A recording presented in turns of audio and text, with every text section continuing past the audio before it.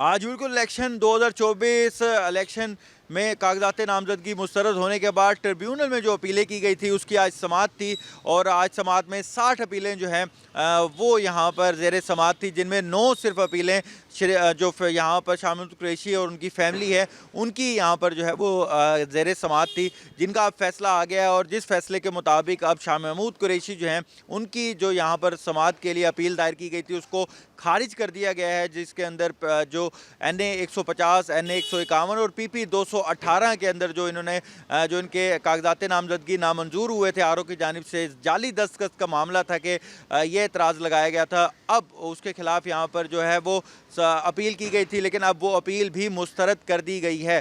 तो शाह महमूद कुरैशी के लिए मुश्किलात अभी भी जो कि तू हैं मुल्तान से, वो किसी भी हल्के से अभी भी इलेक्शन नहीं लड़ सकते। लेकिन उनकी जो फैमिली है, जो उनके बेटे और बेटी हैं, जिनमें महार बानो कुरैशी PP जो उनकी 218 है, NA 150 और NA 151 है, और इसी तरह जैन कुरैशी NA 151, 52, NA 150 और 51, और उनकी जो है PP 218 और PP 219 में उनके जो कागजात हैं वो बहाल कर दिए गए हैं। तो वो इलेक्शन कंटेस्ट कर सकेंगे, लेकिन शाह महमूद कुरैशी जो हैं उनकी यहाँ से अपील खारिज कर दी गई है। तो अब उनके पास मौका है कि वो हाई कोर्ट के अंदर जो है अपनी रिट पटिशन दायर करेंगे और इसके फैसले के खिलाफ चैलेंज करेंगे। लेकिन अभी की जो बड़ी खबर यही है कि शाह महमूद कुरैशी जो हैं उनको इलेक्शन अभी भी कंटेस्ट करने के लिए मुश्किलात का सामना है।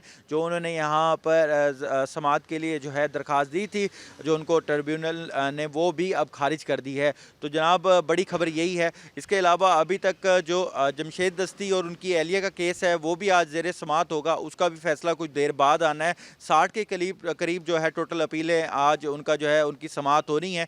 215 के करीब जो टोटल केसेस है वो यहाँ पर दायर किए गए थे इन कागजात नामजदगी की नामंजूरी के खिलाफ, जिनकी मुख्तलिफ दिनों में जो है समातें हो रही हैं और आज 60 होनी हैं, जिनमें बड़ी खबर यही है कि शाह महमूद कुरैशी के जो समाअत थी उसका फैसला आ गया है, जैन कुरैशी का भी आ गया, मार बानो कुरैशी का भी आज फैसला आ गया। जी।